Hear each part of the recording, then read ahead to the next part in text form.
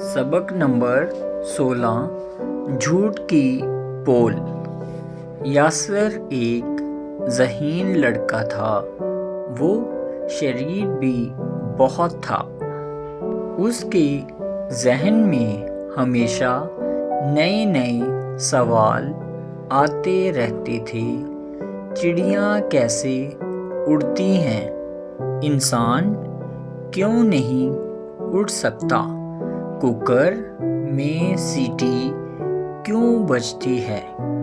हाथी की नाक इतनी लंबी किस लिए होती है? वो अपनी माँ से हर वक्त इस तरह के सवाल पूछता रहता था। इसी तरह स्कूल में भी वो अपनी टीचर को चैन से नहीं बैठने देता था। एक इतवार को वो सुबह सोकर उठा, थोड़ी देर इधर उधर कमरे में टहलता रहा। होमवर्क की कॉपियाँ उलट पलट कर देखीं और माँ को ढूंढता हुआ बावर्ची खाने जा पहुंचा।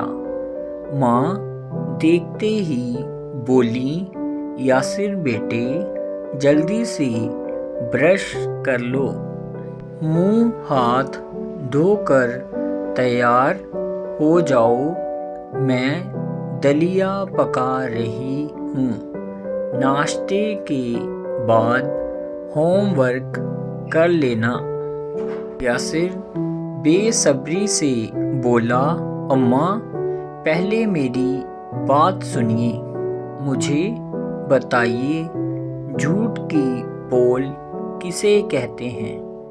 माँ ने गर्दन घुमाकर प्यार से यासिर की तरफ देखा और कहा, तुमने ये मुहावरा कहाँ सुना? खैर, अच्छी तरह समझ लो, जो लोग झूठ बोलते हैं वो समझते हैं कि उनका झूठ कभी पकड़ा नहीं जाएगा, लेकिन ऐसा होता नहीं। कभी ना कभी सच्चाई सामने आकर रहती है। सच्चाई जाहिर होने को ही झूठ की पोल खुलना कहते हैं। आ गई बात समझ में? जाओ अब अच्छे बच्चों की तरह ब्रश कर लो। ये कहकर माँ फिर से अपने काम में लग गई। यासिर वापस आया, ब्रश किया और कमरे में जाकर फिर से किताबें उलटने पलटने लगा। इतनी देर में माँ दलिए का प्याला लिए हुए कमरे में दाखिल हुई। यासिर को किताबों में महव देखकर प्यार से बोली, आओ पहले नाश्ता कर लो, फिर होमवर्क करना, तब तक मैं कुछ और काम कर लूँ। वो मेज़ पर प्याला रख कर चली गईं। यासिर को दलिया बिल्कुल पसंद नहीं था। उसका मूड खराब हो गया, लेकिन उसने माँ से कुछ नहीं कहा। अचानक उसे एक ख्याल आया। वो उठा और दलिए का प्याला उठाकर खिड़की से बाहर पलट दिया। खाली प्याला मेज़ पर रख दिया और माँ को आवाज़ दी कि मैंने नाश्ता कर लिया है और अब मैं होमवर्क کر رہا ہوں۔ تھوڑی دیر بھی نہ گزری تھی کہ کسی نے دروازے کی گھنٹی بجائی۔ ماں نے دروازہ کھولا تو سامنے ایک اجنبی کھڑا تھا۔ وہ قیمتی سوٹ پہنے ہوئے تھا، کوٹ پینٹ ٹائی اور چمکتے ہوئے کالے جوتے، لیکن اوپر سے نیچے تک اس کے کپڑے دلیے میں سنے ہوئے تھے۔ وہ بہت غصے میں تھا۔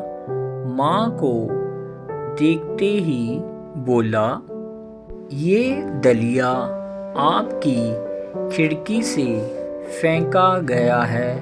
ماں فوراً ہی سارا ماجرا سمجھ گئیں۔ انہوں نے اجنبی سے معافی مانگی، اسے اندر بلایا اور اس کے کپڑے صاف کرنے میں مدد کی۔ بیچ بیچ میں وہ اجنبی سے مسلسل معافی مانگتی رہیں۔ یاسر دروازے میں مجرم کی طرح کھڑا تھا۔ ماں نے اس کی طرف ایک بار بھی نہیں دیکھا۔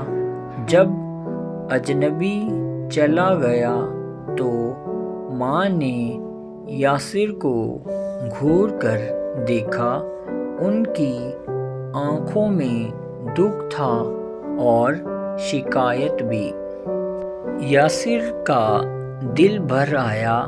ماں کے قریب جا کر بولا، مجھے معاف کر دیجیے اماں، آپ ٹھیک کہتی تھیں کہ جھوٹ کی پول کھل کر ہی رہتی ہے۔